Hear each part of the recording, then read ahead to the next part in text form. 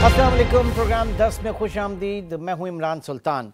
गो के तनाज़ा दिहाइयों पुराना है, लेकिन माजी करीब में 6 दिसंबर 1992 को एक हिंदू कौम परस्त हुजूम ने भारत में मुगलिया दौर की यादगार बाबरी मस्जिद को मुनहदिम किया और अब 32 साल बाद यानी 22 जनवरी 2024 को उसी मुकाम पर राम मंदिर का इफ्तिताह कर दिया गया।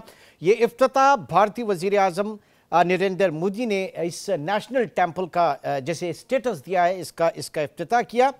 और हमें सबको पता है कि 1992 में बाबरी मस्जिद की शहादत के बाद भारत में हिंदू मुस्लिम फसादात भड़क उठे थे और तकरीबन 2000 के करीब अफराद इसमें हलाक हुए, जिनमें बेशतर मुसलमान थे। अक्सरियत जो है वो मुसलमानों की थी।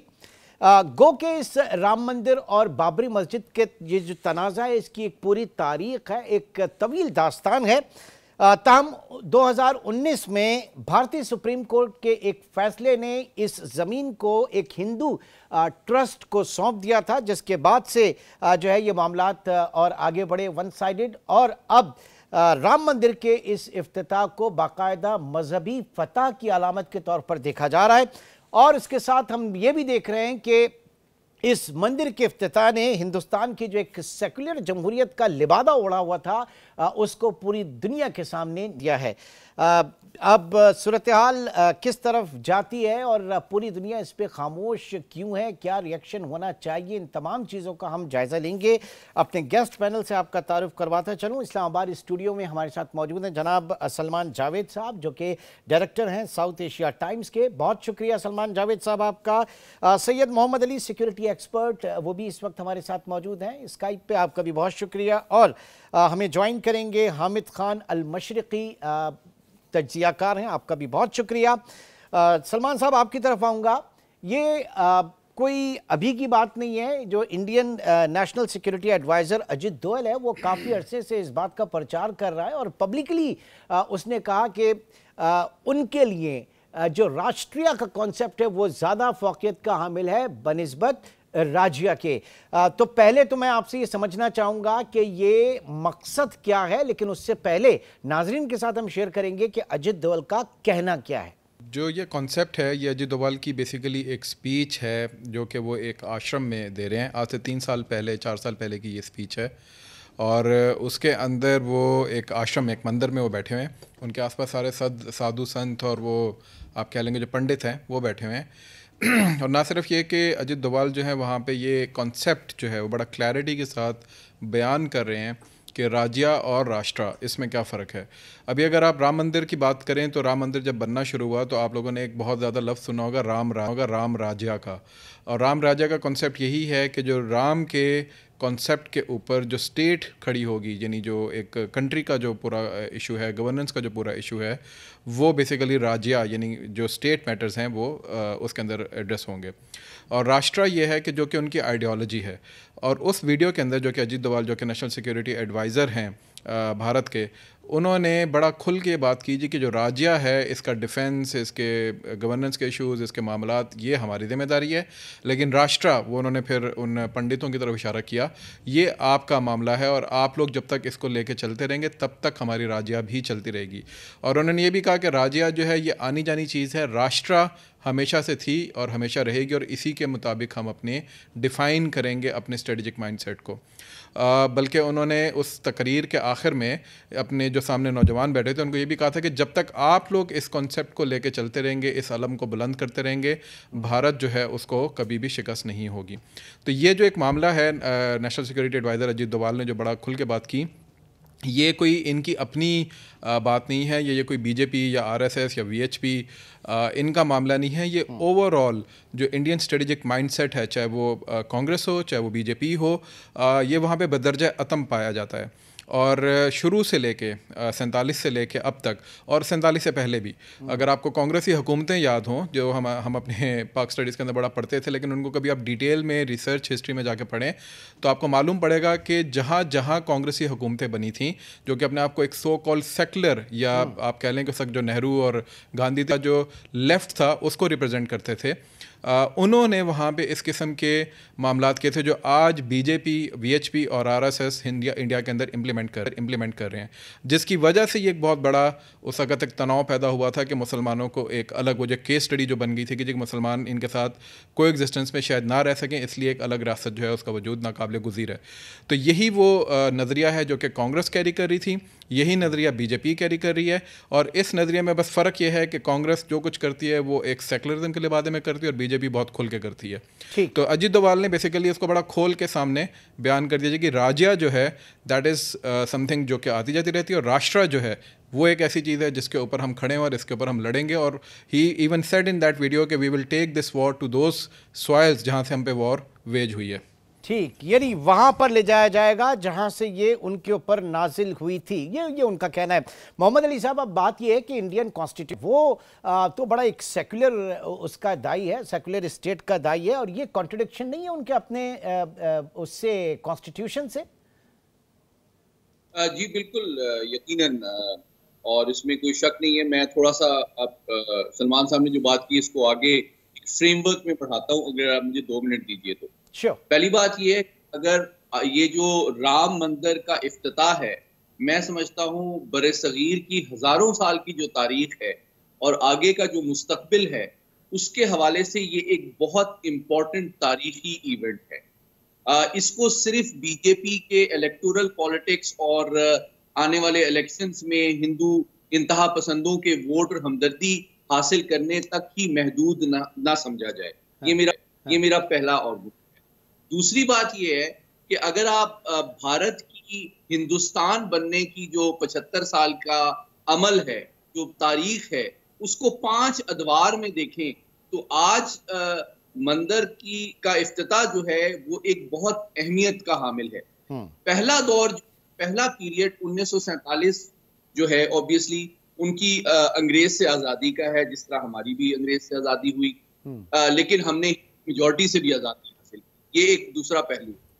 लेकिन 1947 से लेके 1974 तक जो 27 साल का पीरियड है, उसमें इन्होंने एक दुनिया के सामने ढोंग रचाया कि जनाब हम नॉन अलाइंड मूवमेंट के अलमबरदार हैं, जिसका मकसद ये था कि मगरबी ताकतें और जो इश्तराकी ताकतें थी, सोवियत यूनियन, उन दोनों से असलहा, टेक्नोलॉजी, एटमी मवाद हासिल किया जाए ताकि भारत को जल्द अज जल्द एक एटमी कुव्वत बनाया जाए, जो 1974 में उन्होंने उसका स्माइलिंग मुद्दा के तौर पे मुज़ाहरा किया। अच्छा, उसके बाद तीसरा दौर है जो 1974 से 1998 तक का है, जिसमें आप बतदरीज जो मजहबी सियासी निज़ाम है उसको पनपता फलता फूटता देखते हैं। और फिर 1998 से लेके 2001 तक आप देखते हैं कि 9/11 के बाद वो अमेरिका के साथ और मगरबी ताकतों के साथ बड़ी चाबुकदस्ती के साथ अपने आप को अलाई करने की कोशिश करता है और पेश करता है कि मैं सबसे बड़ी जमहूरियत हूँ, सबसे बड़ी सेकुलर रियासत हूँ और चीन के खिलाफ आपका एक बड़ा हलीफ इत्तेहादी हूँ। अब हम आ जाते हैं 5वीं स्टेज में, जो कि अब हम जिसमें मौजूद हैं, और वो ये है कि बाज़ाब्ता तौर पे फिजिकली जो मुस्लिम तारीख है बरे सगीर की, उसमें जो सबसे ग्लोरियस पीरियड है मुगल दौर का, उसके पायनियर फाउंडर की बनाई हुई मस्जिद को आप शहीद करके वहां पे सबसे बड़ी हिंदू मत की एक यादगार तामीर करते हैं बहुत फख्र के साथ, और ये ऐलान करते हैं कि हमने असल में जो महमूद गजनवी ने 1000 साल पहले सोमनाथ पे हमला किया था, आज हमने उसका बदला चुका दिया है 1000 साल के बाद। अच्छा, उसके अगले 1000 साल की जो तारीख है, जिसमें वो एक हिंदू सुपर पावर के तौर पे दुनिया में उभरना चाहते हैं और अपना मेकअप धो के अपनी असलियत जाहिर करना चाहते हैं, अब वो हकीकत दुनिया के सामने आ रही है जो आपके तवस्सुत से हमारे नाजरीन और आलमी बरादरी को उन हकायक को डीपली समझना जरूरी है, जो कि अभी तक जमहूरियत और सेकुलरिज्म और सेकुलर आइन के गाब में पोशीदा रहे हैं। ठीक है।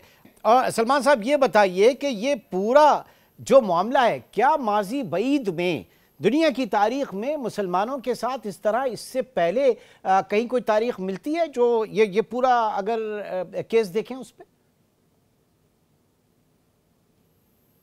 याद हो बगदाद तो खैर सबको याद है जो हलाकू खान ने जो कुछ किया था, लेकिन उसके खैर अवामिल भी कुछ और थे और उसके आउटकम्स भी कुछ और थे। लेकिन इस सिमिलर पैरेलल पैराडाइम के अगर आप देखें तो स्पेन का जो मामला है वो बिल्कुल उसी तरीके से जो इस वक्त बर सग़ीर या इस वक्त इंडिया के मुसलमानों का मामला इस वक्त चल रहा है। स्पेन के अंदर भी इसी तरीके से जो वहाँ के क्रिश्चियंस थे उन्होंने एक रिकॉन्क्वेस्टा के नाम से एक तहरीक चलाना शुरू की थी। इज़ाबेला उधर एक मलका थी, उन्होंने एक लेटर लिखा था, अगर वो लेटर आप तारीख़ के औराक से निकाल के देखें तो एक मोटिवेशनल स्पीच थी जो उन्होंने बेसिकली तमाम कॉर्नर्स में स्पेन के जहाँ क्रिश्चियनडम था वहाँ भेजी थी। और उन्होंने ये कहा था कि जब तक जो हमारा राइटफुली हमारा है हम उसको वापस नहीं ले लेंगे और मुसलमानों को यहाँ से वापस नहीं धकेल देंगे तब तक हम चैन से नहीं बैठेंगे। जिसका फिर आखिर में हमने ये देखा कि फॉल ऑफ गरनाता जो उसका आखिरी ताबूत में कील था वो उन्होंने ठोका था। उससे पहले उन्होंने करतबा एक तो करतबा का फॉल हुआ और उसमें फिर मस्जिद करतबा एक बहुत मशहूर बहुत बड़ी इमारत और एक बहुत खूबसूरत मस्जिद है, मुसलमानों की मसाजिद जो पूरी दुनिया के अंदर मौजूद है उनमें से एक आप कह लेंगे लैंडमार्क के तौर पे जानी पहचानी जाती है। उसके बिल्कुल एन दरमियान में इज़ाबेला की कब्र भी है और उसी के अंदर एक कैथेड्रल भी है जो कि ईसाइयों ने उस मस्जिद का एक हिस्सा मुनहदम करके वहाँ पे तामीर किया था। उस वक्त उनका मौक़िफ़ तो ये था कि हम पूरी मस्जिद को ही तबाह कर देंगे, लेकिन फिर उनको रोका इस बात के ऊपर कि जो चीज़ तुम बना रहे हो वो उस चीज़ से बहुत इन्फीरियर है जो चीज़ बनाई जा चुकी है। तो उन्होंने एक हिस्से पर कैथेड्रल बनाया और उधर भी उन्होंने यही क्लेम किया जी यहाँ पर कोई सेंट साहब जो थे वो पैदा हुए थे, इसलिए राइटफुली ये हमारा क्लेम है और इसीलिए हम यहाँ पे मस्जिद अपना कैथेड्रल बनाना चाहते हैं। आज भी वहाँ पे मास होता है और मस्जिद को ताला लगा होता है। मस्जिद करतबा के नाम से अल्लामा इकबाल की बहुत मशहूर नज़म भी है, he was the only Muslim I think in centuries जो कि उधर गए और उन्होंने छुप के वहाँ पे नमाज़ पढ़ी। अब मसला इसके अंदर यह है कि इंडिया ने नेहरू डॉक्ट्राइन एक मौजूद है, अगर आप उसको तारीख़ के औराक से निकाल के देखें तो वहाँ पर नेहरू ने एक डेलीगेशन भेजा स्पेन के अंदर और उस डेलीगेशन का सिर्फ यही एक काम था कि वो ये देख कर आए कि किस तरीके से मुसलमानों को डीटैच किया जा सके उनकी अपनी मुस्लिम आइडेंटिटी से।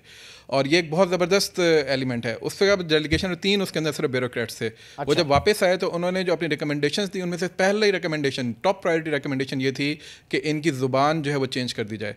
उसके बाद दूरदर्शन जो उनका जैसा हमारा PTV है उनका स्टेट चैनल है दूरदर्शन, उसके ऊपर रोज़ाना की बुनियाद के ऊपर आज का शब्द के नाम से एक प्रोग्राम चलना शुरू हुआ और उस प्रोग्राम के अंदर वो रोज़ाना हिंदी जो है बेसिकली इट्स आप कह लेंगे एक ब्रांच है उर्दू की ही, तो उन्होंने उसको चेंज करना शुरू किया और उसके अंदर संस्कृत के अल्फाज जो वो डालना शुरू किया। तो आज आप देखें कि उन्होंने उसको इंडियनाइज करना यानी हिंदुस्तानी बनाना शुरू कर दिया अपनी तरफ से। हाँ। तो ये बेसिकली ये था कि डिटैचमेंट की जाए मुसलमानों की और आहिस्ता आहिस्ता वो जो रिकनक्वेस्टा वाला कॉन्सेप्ट है कि मुसलमानों का बरसगीर के अंदर जो भी मामला है जिस किस्म का भी मामला है उससे उनको इतना डिटैच कर दिया जाए कि उनको भूल जाए। इसी तरह का एक केस स्टडी आपको बोस्निया और हर्ज़गोविना में भी मिलता है कि जब तक सर्बियंस ने उनके ऊपर चढ़ाई नहीं की उनको तो मालूम ही नहीं था कि वो किसी मुस्लिम आइडेंटिटी के साथ एसोसिएटेड हैं। तो इस तरह की बेतहाशा केस स्टडीज है मुसलमानों आगे बढ़ते एक छोटे से ब्रेक की कॉल है और बात कर रहे हैं ये किस तरीके से जाए मुसलमानों को उनकी जो एक आइडेंटिटी है। और हमारे साथ मौजूद है सलमान जावेद साहब और सैयद मोहम्मद अली साहब। एक छोटे से ब्रेक के बाद प्रोग्राम को मज़ीद आगे बढ़ाएं।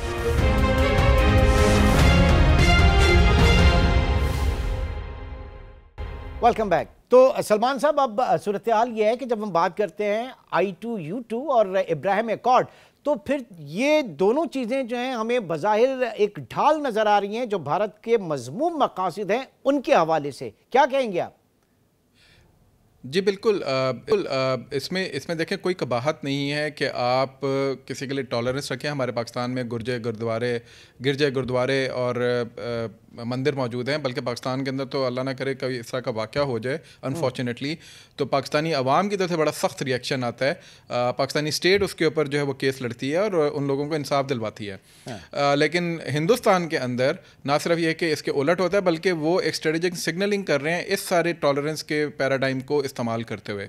अभी आपको एग्जांपल मैं इसकी ये देता हूँ कि उन्होंने दुनिया के 155 ममालिक से दरियाओं का पानी मंगवाया और उन्होंने राम मंदिर के ऊपर छिड़का है, जिसके अंदर आपके दरिया सिंध का पानी भी मौजूद है जो कि यहाँ से पहले दुबई गया और दुबई से फिर हिंदुस्तान पहुंचा। अच्छा। ये अब के 155 ममालिक से दरियाओं का पानी मंगवा के राम मंदिर के ऊपर छिड़कने का क्या मकसद है? ये एक स्ट्रेटेजिक सिग्नलिंग है। चाइना से पानी मंगवाया गया, उज़्बेकिस्तान से मंगवाया गया, पाकिस्तान से मंगवाया गया, तो आप इससे अंदाज़ा करें कि वो इस वक्त क्या मैसेजिंग कर रहे हैं। फिर अभी वीडियोज़ इमर्ज होना शुरू हो गए कि जहाँ जहाँ दुनिया में इंडियन डायस्पोरा यानी हिंदू डायस्पोरा मौजूद था, वहाँ वहाँ उनकी एम्बेसी ने ना सिर्फ ये कि इस दिन को बाकायदा अच्छे तरीके से मनाया, बल्कि उन्होंने वहाँ पे उस हिंदू डायस्पोरा को इंगेज करके बड़ा वाइब्रेंट तरीके से मैसेजिंग की कि ये हमारे लिए एक बहुत बड़ा दिन है।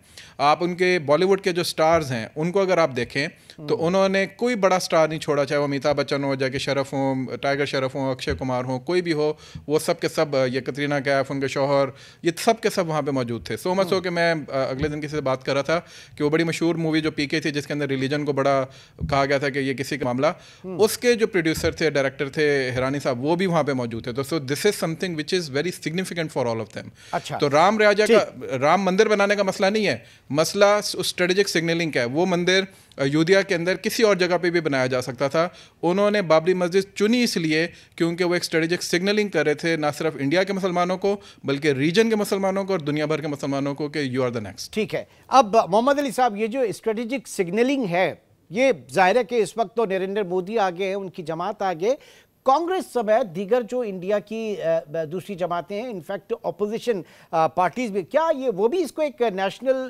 कॉज लेकर चल रही हैं, एक नेशनल टेम्पल के तौर पर लेकर चल रही हैं, और वो भी इसमें साथ में?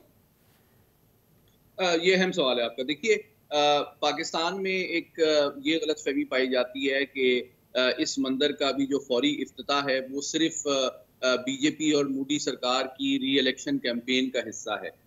ये है, इसमें कोई शक नहीं है, लेकिन ये सिर्फ एक टेक्टिकल ऑब्जेक्टिव है, स्ट्रेटेजिक ऑब्जेक्टिव कुछ और है। और जहां तक आपने कांग्रेस और दीगर पार्टीज की बात की, तो आपको याद होगा कि जब बाबरी मॉस्क को शहीद किया गया था तो कांग्रेस की हुकूमत थी।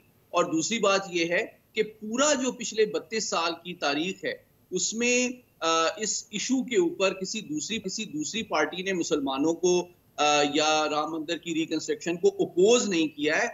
सिर्फ अभी जो थोड़ा सा सियासी माहौल के तहत तशवीश का इजहार किया जा रहा है या अफसोस का इजहार किया जा रहा है वो ये है कि इसका क्रेडिट बीजेपी ले रही है, अगर हम हुकूमत में होते तो हमें क्रेडिट मिलना चाहिए था, दैट सॉर्ट ऑफ थिंग। लेकिन ये बुनियादी बात कि जनाब बाबरी मस्जिद को यहाँ पे उसकी प्रोटेक्शन और सिक्योरिटी होनी चाहिए, या यहाँ पे राम मंदिर नहीं बनना चाहिए, या इसको सेलिब्रेट नहीं करना चाहिए और इसको एक सिंबल ऑफ इंडियन हिंदुइज्म और एक rise of a Hindu super power के तौर पे प्रेजेंट नहीं करना चाहिए, इसमें कोई दो राय किसी सियासी जमात में नहीं पाई जाती।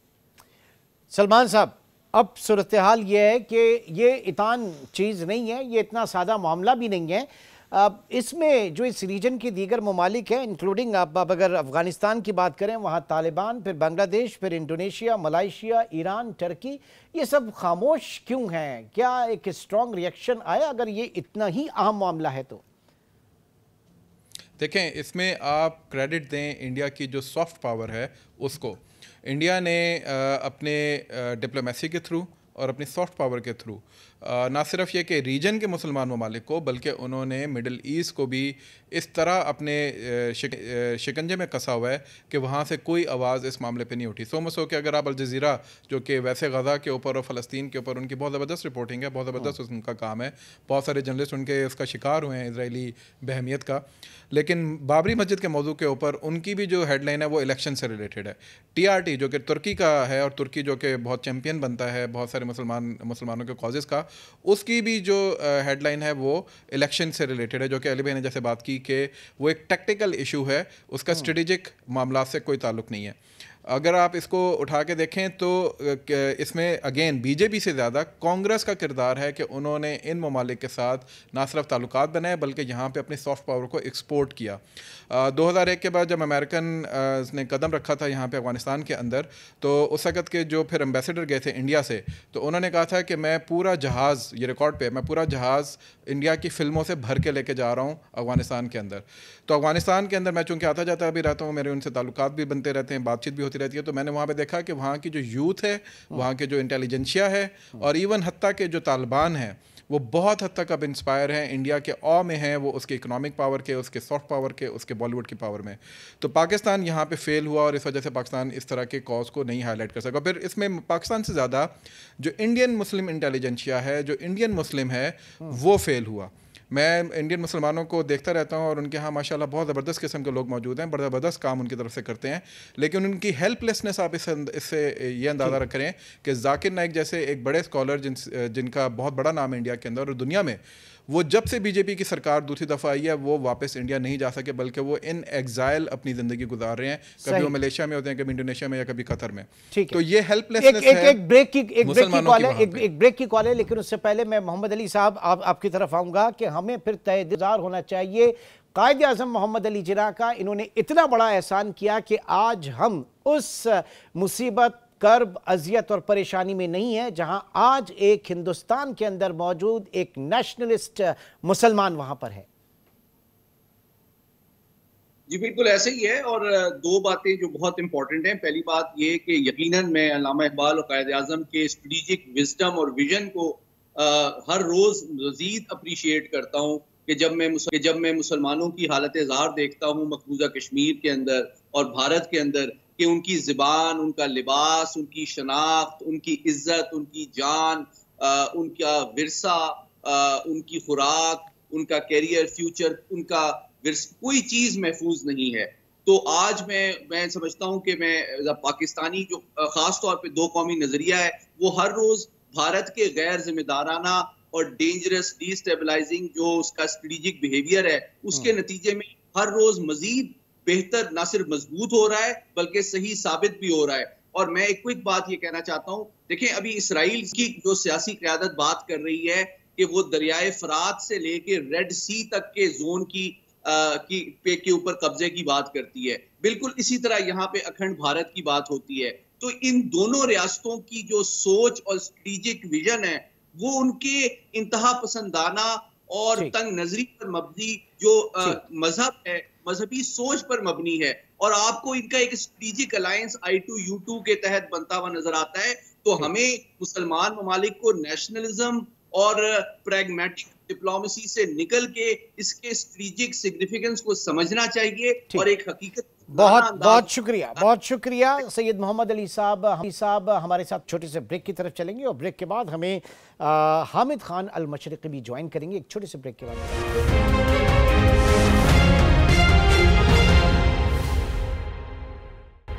Welcome back. और लंदन से हमें ज्वाइन किया है पॉलिटिकल एनालिस्ट हैं हामिद खान अल मशरिकी। बहुत शुक्रिया आपके वक्त का। ये इस वक्त बताइएगा क्या सिग्नल पूरी दुनिया में गया है, जो एक secular state, so called secular state Indian, और अब राम मंदिर का जो इफ्तिताह वहां पर हुआ, जिस तरीके से एक हिंदू स्टेट फर्स्ट का वहां पे नारा लगा, क्या सिग्नल इस वक्त गया है दुनिया में? देखिए, बात यह है कि जब से मोदी इक़्तिदार में आए हैं तो जो हिंदुत्व आइडियोलॉजी है उसने इतना ज्यादा कब्जा कर लिया है पूरे हिंदुस्तान के ऊपर कि अब सेकुलर इंडिया का तो नामो निशान भी नहीं रहा। उससे पहले भी सेकुलर इंडिया के नाम नेहाद नारे के ऊपर बहुत सारी ज्यादतियां होती रही अक़लियतों के साथ, लेकिन ये जो बीजेपी की आइडियोलॉजी है या राष्ट्रीय सेवक संघ की जो आइडियोलॉजी है, ये तो मुकम्मल तौर पर अक़लियतों को बिटाने के लिए जो है वो काम कर रही है। और हमने देखा कि जिस तरह इन्होंने भारतीय सुप्रीम कोर्ट ने फैसला दिया बाबरी मस्जिद के खिलाफ और अयोध्या मंदिर के खिलाफ के हक में, जिस अंदाज में मोदी सरकार ने अपनी अदालतों को कैंगरू कोर्ट्स बना के इस फैसले को नाफिज कराया, और उसके बाद अब आप देखें कि जिस अंदाज में पूरे हिंदुस्तान में इस अयोध्या मंदिर को जिस तरह सियासी स्टंट के तौर पर मोदी इस्तेमाल कर रहा है, पूरी दुनिया की जो ह्यूमन राइट्स की जो ऑर्गेनाइजेशंस हैं वो ये सब समझती हैं कि इसका जो है, इससे जो सारी अक़लियतें हैं जो कि 33 करोड़ अक़लियतें हैं, 33 करोड़ के करीब जो लोग हैं भारत में अक़लियतों में, वो सब गैर महफूज हैं, और उसके बाद जो निचली जात वाले हैं वो भी गैर महफूज हैं। तो इस हवाले से मेरा ख्याल ये है कि आप देखेंगे कि जो बाहर की दुनिया है उसके अंदर तो बाकायदा खुले तौर पर ये इस बात के ऊपर इजहार किया जा रहा है कि इससे मुसलमानों का जो आज़ादी के हकूक है उनको सलब किया जा रहा है। लेकिन वहीं पर सुल्तान साहब बात यह है कि ये जो इलेक्शन के लिए मोदी हमेशा से, अब पिछले 20 सालों से और खुसूसन जब से वजीर आजम बने यानी वहां हैं, पे वो anti Pakistan anti Muslim narrative जो है वो इलेक्शन के तौर पर इस्तेमाल होता है, वहां पे इनकी एक मोडस ऑपरेंडी है। सलमान जावेद साहब, ये फरमाइए कि जब खित्ते में इसके स्ट्रॉन्ग रिएक्शन बिलखुसूस जो इस्लामिक ब्लॉक है, इस्लामिक ममालिक है, वो नहीं कर रही, तो पाकिस्तान इतने ज़्यादा कंसर्न क्यों शो कर रहा है? हमारा क्या कंसर्न है, हमारे क्या खदशात हैं जो पाकिस्तान की जो अमन सलामती और बका के लिए मुश्किल हो सकते हैं, खुदा न खास्ता? देखें, इसमें 3 इश्यूज़ हैं। पहला तो ये है कि एक हिस्टोरिकल कॉन्टेक्स्ट है इसका।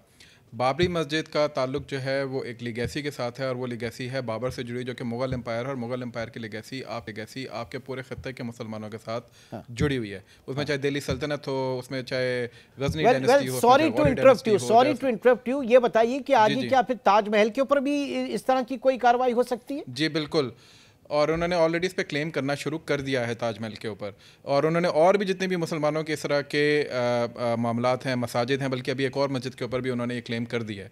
तो ये इस वक्त आपकी लीगेसी के साथ, और इसको डिसकनेक्ट करना, हिस्ट्री को डिस्टॉर्ट करना, आपको पता है कि उनके सिलेबस के अंदर से भी उन्होंने मुसलमानों की जितनी तारीख थी उसको उन्होंने उसमें से एलिमिनेट करना शुरू कर दिया। सो सिर्फ इंडियन मुस्लिम्स के लिए नहीं, बल्कि ये हमारे लिए भी, क्योंकि हम सबका भी बहुत सा गहरा ताल्लुक है इस पूरी हिस्ट्री के साथ, इस सिविलाइजेशन के साथ। तो पहला तो ये मामला है। दूसरा ये कि आप वहाँ के जो थ्रेट मैट्रिक्स है उसको ज़रा गौर से देखिए। जब ये सारा मामला हो जाएगा तो ईस्ट की तरफ से जब आपके पास कोई इंटरनल रेजिस्टेंस नहीं रहती, और इंटरनल रेजिस्टेंस का मतलब वायलेंट रेजिस्टेंस नहीं, इंटरनल रेजिस्टेंस का मतलब एक एजुकेटेड इंटेलिजेंशिया वाली रेजिस्टेंस, कि भाई हमारी अपनी आइडेंटिटी है, हमारा अपनी एक शनाख्त है, हमारी ट्रेडिशन, कल्चर, हिस्ट्री अपनी है, रिलीजन अपना है, उसको जब वो ख़त्म कर देंगे तो उनका रुख किन की तरफ होगा? तो ये फिर उसके बाद यकसू होकर ईस्ट और वेस्ट के जितने भी मुसलमान ममालिक हैं उनकी तरफ इनका रुख होगा। इमीडिएट नेबर्स ऑब्वियसली बांग्लादेश और पाकिस्तान, उसके बाद अफगानिस्तान है। उसके बाद तीसरा इसके अंदर जो एलिमेंट है वो फिर इनका ग्लोबल लेवल के ऊपर है। अगर आप इसको जाके अभी से बात नहीं करना शुरू करते, और मैंने अभी कल परसों में एक इंटरनेशनल लॉ के जो एक्सपर्ट हैं उनसे भी बात कर रहा था कि क्या इस तरह का कोई भी मालिक जो है नेशन स्टेट के कॉन्सेप्ट के अंदर, क्या आप सिर्फ और सिर्फ ये करेंगे कि वो उनका इंटरनल मामला कह के छोड़ देंगे? तो उन्होंने कहा बिल्कुल भी नहीं। इंटरनेशनल लॉ के अंदर प्रोविजंस मौजूद हैं, यूएन के चार्टर के अंदर प्रोविजंस मौजूद हैं कि इस तरह का मामला माइनॉरिटीज के ऊपर कहीं पे भी हो रहा हो तो नेबरिंग कंट्री या दुनिया का कोई भी मुल्क उठ के उस मुल्क को सू कर सकता है। जैसे कि अभी यही सवाल मैं रखता हूं, जरा यही सवाल मैं रखता हूं हामिद खान साहब की तरफ, ये कि क्या इस मामले को आईसीजे की तरफ उठाया जा सकता है, इंटरनेशनल कोर्ट ऑफ जस्टिस की तरफ, या फिर ओआईसीसीआई जो है वो इसको इस प्लेटफॉर्म के ऊपर उठा सकता है? अगर नहीं तो क्यों नहीं उठाया जा रहा? देखिए, बिल्कुल इसको आईसीजे में भी उठाया जा सकता है, इंटरनेशनल कोर्ट ऑफ जस्टिस में, जहां पर इंसानी हकूक की पामाली की बात हो, जहां पर अकलियतों के हकूक को सलब करने की बात हो, तो ये आईसीजे के दायरा इख्तियार में भी आता है। ये जेनेवा कन्वेंशन के भी खिलाफ है कि किसी भी अकलियतों को इस तरह से आप उनको अंडरमाइन करें या उनको आप दीवार से लगाएं। तो इस हवाले से मैं समझता हूं कि, लेकिन इसके अंदर पाकिस्तान समेत कुछ बड़े दूसरे मुस्लिम ममालिक को पाकिस्तान का साथ देना होगा ताकि पाकिस्तान का केस जो है वो मजबूत हो। दुनिया के जो 1.5 अरब से ज्यादा मुसलमान हैं, ये उन सब की शनाख्त का मसला है, ये उन सब के हकूक का मसला है। मेरा ख्याल ये है कि इंडिया का इसमें केस बहुत कमजोर है अगर पाकिस्तान इस मामले को सही तरह से इंटरनेशनल आईसीजे में उठाता है। लेकिन वहीं पर मैं ये कहूंगा कि खुद इंडिया के अंदर भी इसके बारे में अब आवाजें उठी हैं कि इंडिया के अंदर जो हिंदुत्व आइडियोलॉजी को नाफिज करने की कोशिश की गई, वीर सावरकर को हीरो बनाया जा रहा है और गांधी को तनकीद की जा रही है। गांधी के कत्ल करने वाले गॉडसे को जो है उसके बुत बनाए जा रहे हैं और उसकी जनाब पूजा करके उसको हीरो बनाया जा रहा है। खुद इंडिया के अंदर इस तरह की इंतहा पसंदी पहले कभी देखने को नहीं आई। जो शिद्दत पसंदी है हिंदुत्व आइडियोलॉजी की, वो खुद इंडिया की तबाही का भी बायस बनेगी। और यानी वो आइडेंटिटी क्राइसिस की तरफ जा रहे हैं, इस रविश से आइडेंटिटी क्राइसिस की तरफ जा रहे हैं। बिल्कुल ऐसे ही है, बिल्कुल ऐसे ही है। आइडेंटिटी क्राइसिस बड़ी वाज़ेह तौर पर होगा और खुद जो उनका मुआशरा है वो टूट फूट का शिकार हो जाएगा जब आप कहीं पर भी अपने जो शिद्दत पसंदी है वो जबरदस्ती किसी मुआशरे पर थोपने की कोशिश करेंगे तो उसका नतीजा जो है वो खुद रियासत के कमजोर होने की सूरत में सामने आएगा। सलमान साहब, ये फरमाइए कि खुद इंडिया के लिए कितना बड़ा क्राइसिस आगे चलकर आ सकता है, ये आइडेंटिटी क्राइसिस अगर है तो? देखें, इसमें एक बसद एहतराम थोड़ा सा इख्तलाफ रखते हुए, लेकिन बेसिकली मैं पार्शियली एग्री करूँगा कि इसी बोझ के तले ये जो इंडिया इस वक्त या भारत के अंदर जो कुछ इस वक्त हो रहा है, जो हिंदुत्व की आइडियोलॉजी को प्रमोट किया जा रहा है और उसमें भारत की हिंदू सेन वॉइसेस जो हैं उनको दबाया जा रहा है, तो इसी बोझ के तले ये भारत क्रम्बल तो ज़रूर करेंगे, ये तो एक तय बात है। लेकिन इसमें एक चीज़ का हमें ख्याल रखना चाहिए कि उससे पहले का जो एक थ्रेट है वो ये, वाजपेयी ने एक बहुत ज़बरदस्त तकरीर की थी, बड़ी इंटेलिजेंट तकरीर की थी आज से चंद साल पहले, और वो सवारकर के ही एक उनकी डेथ एनिवर्सरी के या बर्थ एनिवर्सरी के ऊपर उन्होंने की थी और वो सुनने वाली तकरीर है। मैं सबको रिकमेंड करूँगा कि वो तकरीर ज़रूर सुने। उसमें उन्होंने एक बात कही थी और उन्होंने कहा था कि तारीख़ में से सोमनाथ जो है वो मेरे सीने में खंजर की तरह गड़ा हुआ है।